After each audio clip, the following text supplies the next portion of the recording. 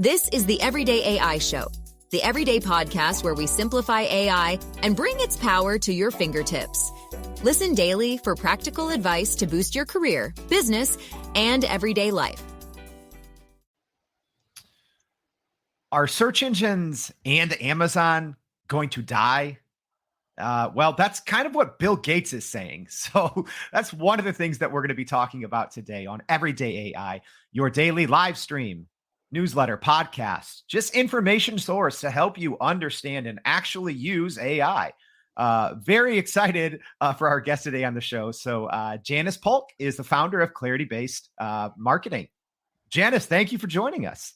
Thank you so much for having me. I'm excited to talk with you. This is one of my favorite subjects. Oh, I love it. And Fred, Fred behind you. Thank you, Fred, for joining us. Yes. He's judgy, but he's peaceful. All right. So if you're listening in the podcast, later, Janice has a picture of a alpaca before, and he is judging me. He's looking directly at me, but it's great. It's great eye contact. So I'm here for it, Fred. Cool. Let's get into the show. Let's get into some of the AI news. And just as a reminder, this is a live stream. So if you're joining us on whatever social network you might be watching, probably LinkedIn, please feel free to drop us a comment. If you have a question for Janice or anything that we're talking about, go ahead and put that out there. So let's talk a little bit about what Bill Gates said. Our search engines dead. So he actually, in an article today, said that AI could become so powerful that people would never need to use a search engine again. Janice, what's your take on this? I agree 100%. I've been saying that. I started saying that the first of the year. And, you cannot deny, you just can't deny it. You can ask a question. What do we do when we go to a search engine? We ask a question. Mm-hmm. And I hardly use search engines myself anymore. Oh, I love that. I love that. Yeah. We're in the same boat then. I've been trying to wean myself off normal search. So you as well. Yes. I mean, I have so many different ways to use AI that, let's face it, everybody has an AI tool now. Everybody is powering with AI. It's absolutely going to hurt them. It's going to change the internet as we know it. Yeah. It's already doing it. That's a good point. Yeah. I guess, as more and more companies offer AI, it does kind of make it easier to avoid traditional search if you're trying to do so. So another crazy thing happened yesterday in the world of AI. So this was in our newsletter, but it didn't happen until yesterday afternoon. So it was in our afternoon newsletter. So now we have to talk about it. But so there was a fake image that circulated online, caused a little bit of a stir, showing an explosion at the Pentagon, caused so much of a stir on social media and news sites that didn't fully vet this photo and kind of ran with it. So even the markets in the US took a pretty deep dive for about an hour. So here's another example of AI images just causing a huge stir. Janice, what's your take on this? It makes me a little nervous, to be honest. I wasn't aware that had happened until you mentioned it. And I had a conversation with somebody just yesterday about deep fakes and how they stand to really disrupt things like voting, elections, a lot of things. And that's a great example. There are a lot of people who get triggered very easily by things like that. And the fakes have gotten better and better. There was a time when I would get emails, virus emails, phishing emails, and I would know. I'd open that email and be like, nope, next, not today, Satan. And now, I've come close. There's been a couple of times that I've come close to getting got. And so even people who feel comfortable in their ability to decipher between what's real and what's been faked, I don't think the lines are blurring, and it's going to be more and more difficult. So what happens when chaos breaks out over something that's AI generated? What happens? Yeah, I think, we got a very small taste of it yesterday, but, you do bring up a good point, especially the political atmosphere. And, to mention, this was actually, at least initial reporting is saying that this was maybe not perpetuated, maybe perpetuated, but it was spread by a lot of, Russian state media, Russian state social media. So, even internationally, I do think AI poses a huge risk, politically, but also domestically as well.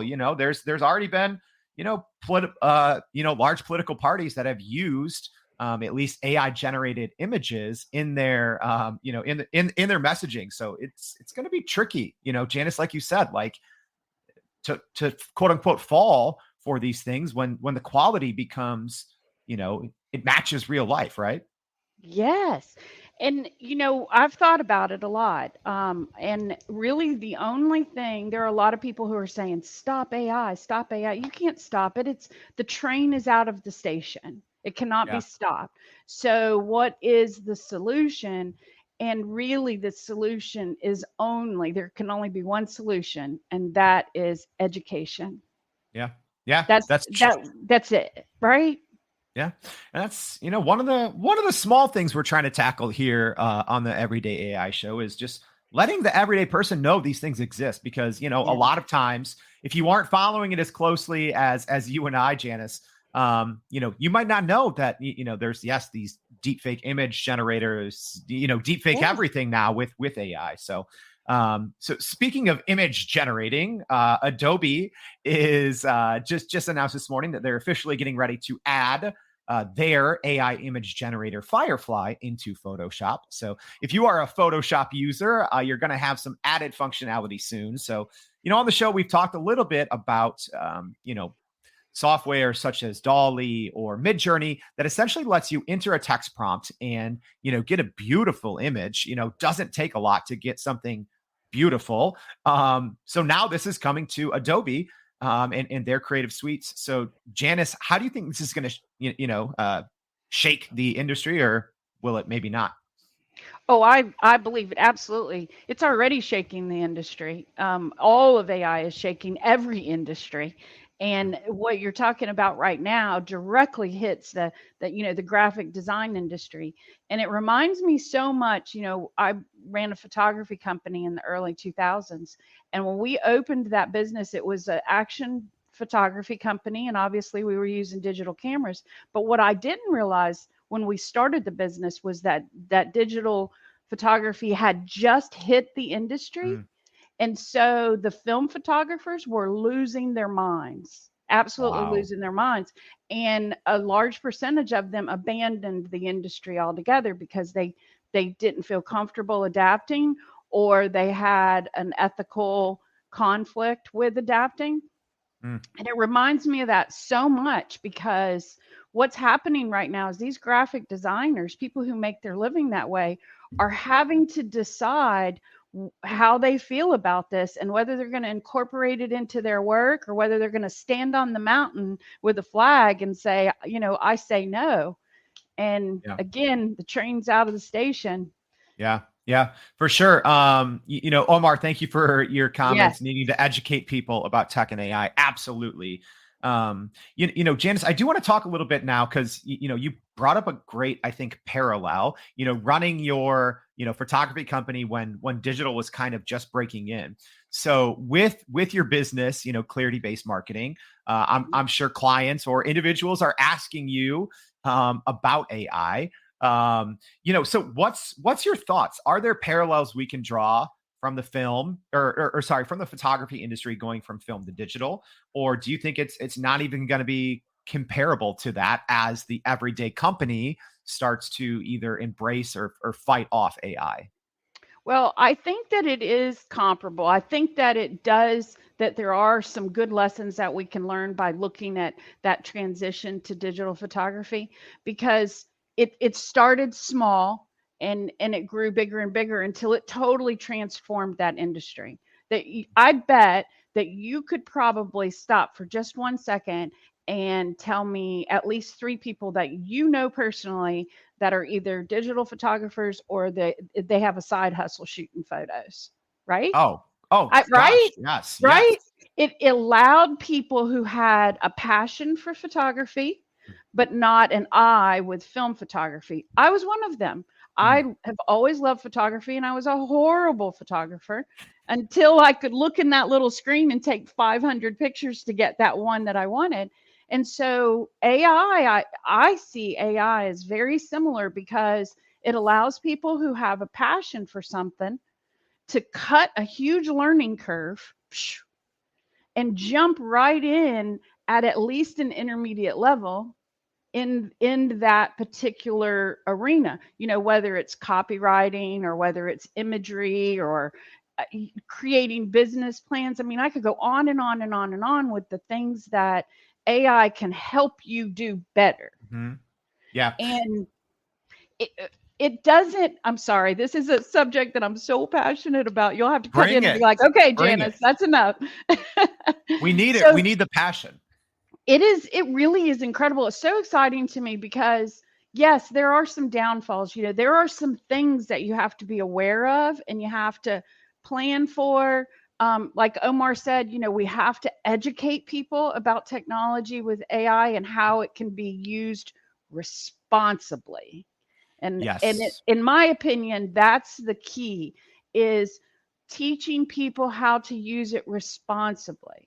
Because unless you use it responsibly, okay, so this is a little bit sensitive. So you may have run across someone who is now a digital photographer on the side who is really terrible. Have you ever seen a side hustler who's a photographer and you look at their pictures and they post them all over the internet and you go, oh, absolutely.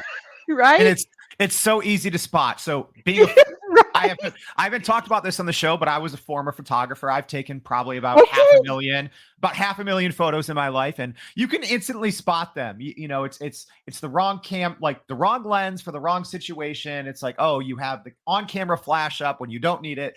It's easy to spot, right? Yes.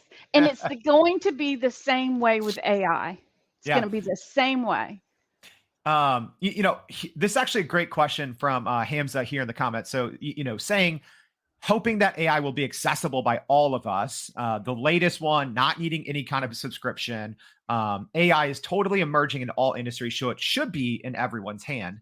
Hamza, that's a great comment. And actually, Janice, I'd like to play off that because you also, you have a lot of things going on. So we talked about the photography company. You have your, your full service marketing agency, but you also have a community of side hustlers. So to Hamza's point, how can the everyday person use, get that AI technology in their hand and start to, grow maybe a side hustle or even a small little business out of it? Like, what are your recommendations?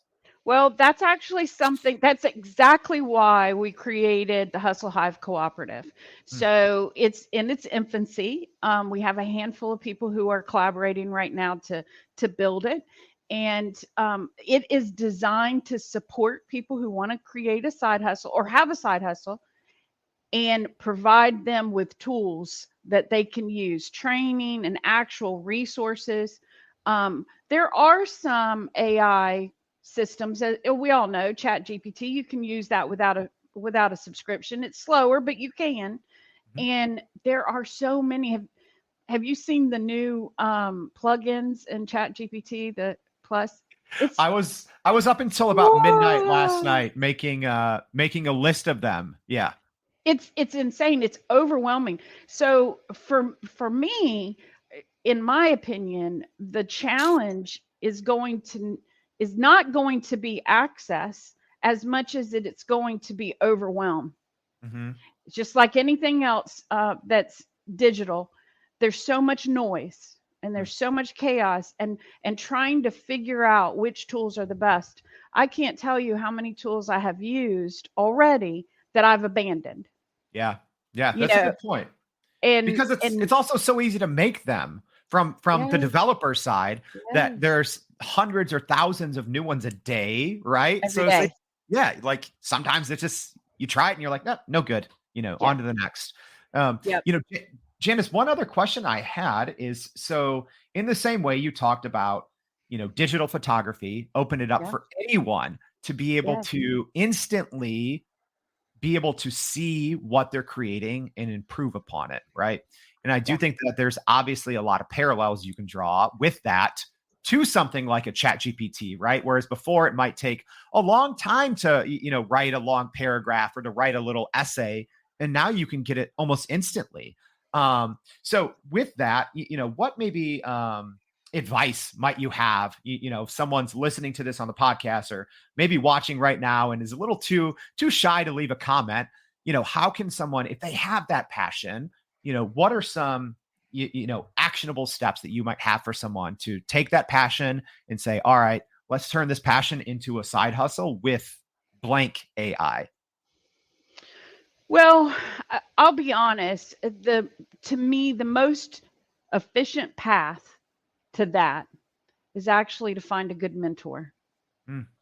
That's because it is so overwhelming out there. It's overwhelming for me. And I feel very confident in my ability to sort through solutions to find the right one. It's kind of my magic.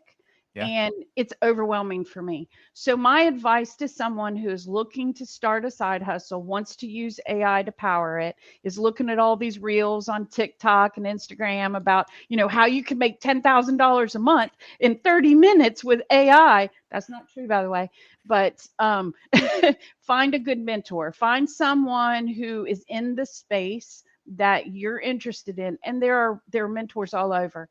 I mean, LinkedIn, most people want to give back. Most people who are, using something successfully enjoy sharing it. So look for a mentor and find out what the people in that industry are using successfully.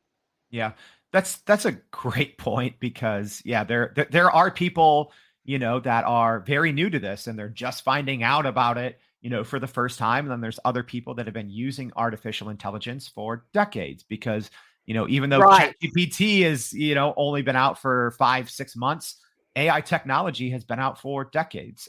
So that's a great point you bring up, Janice.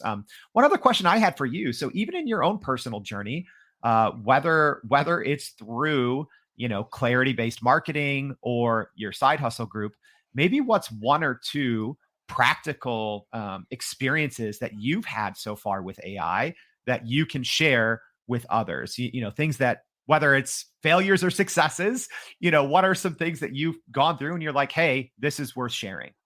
Man, I am so glad you asked that question. I was really hoping you would. I was looking for an opening to share this story, and you just laid it out for me, Jordan. That's I what love I'm you here already. for. You're amazing. You're incredible. Okay, so I have to tell you this great story. And if this is not inspiring for someone to try AI, I don't know what is. So I was meeting with my business partner, who is a personal safety instructor. She's fantastic. She runs an organization called Empower the Girls. Just a little plug for Ellen there. She's Love wonderful. it. Plugged. So we were talking and we're doing some things to move her forward. She used to do in-person training and she's moving to more virtual training, workplace safety training, that sort of thing.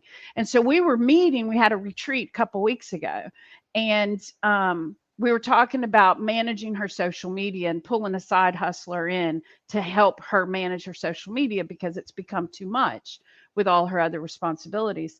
So we're at the table and I said, yep, we'll look at that. Here's a couple of side hustlers. We could slide into that. And she got up to go in the other room for something. And I thought, you know what, let me just try something here real quick. And I pulled up Chat GPT Plus. I have a subscription. Mm-hmm. And I have AI PRM installed, just the free version. I haven't upgraded yet. I probably will. AI PRM, do you use it? Yep. It's the third-party Chrome extension. Just the capabilities, and before the plugins, that extension was, whew. Oh my gosh. So yesterday I sat down and I was like, do I want to just stay with AI PRM or do I want to, and I might just stay with AI PRM, but that's another discussion. So I jump on there and I look through, all the options. And one of them was create 30 social media posts. And I said, let's try this. I had not done that, just simply because that's not what my daily responsibility is. And so I hadn't tried it. So I typed in there, a decent prompt, prompt engineering. That's another whole subject. And I typed in, I think, give me 30 social media posts for a personal safety instructor who helps women, young women in the workplace, feel more secure and safe. In 30 seconds, I kid you not, Jordan, in 30 seconds, I had 30 very appropriate captions with hashtags and suggestions for imagery. Like, two women giving a high five, a woman hiking up a mountain, and it was all appropriate. Now I would tweak it, and that goes back to using AI responsibly, but I would pull that out. I did pulled it out, dropped it in a spreadsheet, gave it to Ellen and said, here you go, sister. And in less than, okay, I'm going to stretch it and I'm going to say 2 minutes. There we go. In 2 minutes, she had that. And then I could show her how to go find the images that you want to connect to it, put it in a spreadsheet, and then upload it to a social media management platform. So it plugs it right in to the calendar to schedule your social media. And in less than 3 hours, you have a month's worth of social media posts. Yeah. Yeah. Such a good example. Come on. Come on. That was when I really sat up and said, okay. I can show people how to do this and how to make a living responsibly using AI as a tool. Yeah, it's definitely a new frontier. So I know, Janice, we went a little bit over. I know. Oh my goodness, we did. Hey, we could probably talk for another like 3 hours, but if you're still watching on the live stream, thank you for your comments. Janice, thank you for joining us. Yes, thank you. Much. Fred, I enjoyed it. Fred, thank you as well. Fred's, he'll be okay. He'll come around. All right. So just as a reminder, if you're still watching or listening, please go to youreverydayai.com. We're going to be sharing a lot of the things that Janice talked about, some more information, that AI PRM extension for ChatGPT, and also the fact that we are giving away a year-long subscription to ChatGPT Plus. So please go to youreverydayai.com. Check all of that out, and we hope to see you tomorrow and every day on the Everyday AI Show. Thank you. Thanks. And that's a wrap for today's edition of Everyday AI. Thanks for joining us. If you enjoyed this episode, please subscribe and leave us a rating. It helps keep us going. For a little more AI magic, visit youreverydayai.com and sign up to our daily newsletter so you don't get left behind. Go break some barriers, and we'll see you next time.